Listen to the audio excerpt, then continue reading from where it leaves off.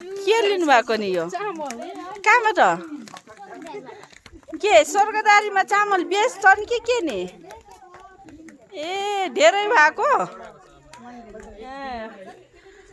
साथीहरू स्वर्गदारीमा चामल पनि बेच्ने ल फाइदा गर्नु भएको छ पैसा पनि कमाउनु भयो दर्शन पनि गर्नु त्यही त डबल फाइदा सुत्या छ बच्चा सुत्या छ तपाईहरु कहाँदेखि हेलो नेपालगञ्जदेखि त्यही त फर्केर जानु पर्यो नि कहाँदेखि तपाईहरु कहाँ से आप लोग सर ये गोरखपुर से कैसा लगा बहुत अच्छा है कितना दिन के बाद पहुँचे ए ल थैंक यू फॉर विजिट आते जाते रहते हैं हम पहली बार आए हैं आप पहली बार कैसा लगा नेपाल बहुत बढ़िया लगा हाँ बसने का मन करा बैठे दिलवा दीजिए तो यहीं बस जाए बिजनेस करने अनि यही बैठने ठीक है ल बहुत बहुत धन्यवाद है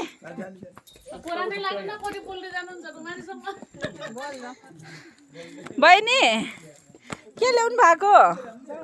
चामल के उ गुठीले बेच्छ हो मन्दिरमा बेच्नुहुन्छ ए ल किन गरेको उहाँ फेरि हाम्रो पर्यटक हुनुहुन्छ साउथ इन्डियाबाट हुनुहुन्छ होला हेलो नमस्ते नमस्ते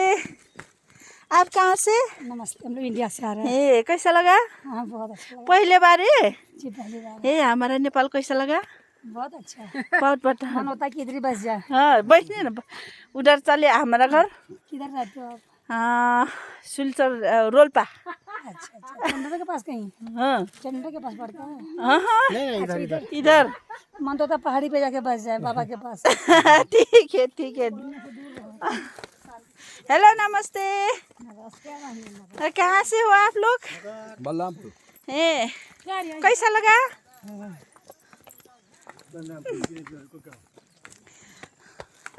नमस्ते जी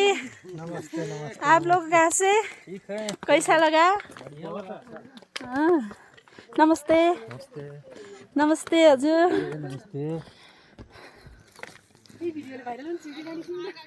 नमस्ते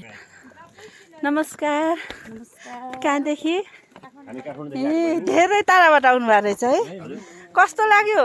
नमस्ते हामी रोल्पाबाट हामी पनि रोल्पाबाट काठमाडौँदेखि आउनुभयो ए हामी यही नजिकै हो रोल्पाबाट धेरै धेरै धन्यवाद है नानु नमस्ते धौबा छ